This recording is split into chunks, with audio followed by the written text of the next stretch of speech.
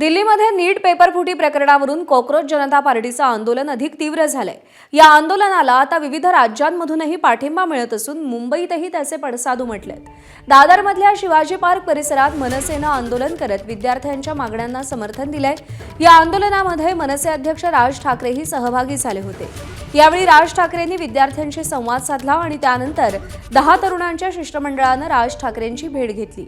शिवाजी पार्कातील आंदोलनात राज ठाकरेंच्या पत्नी शर्मिला ठाकरेंसह कुटुंबीयही सहभागी झाले होते।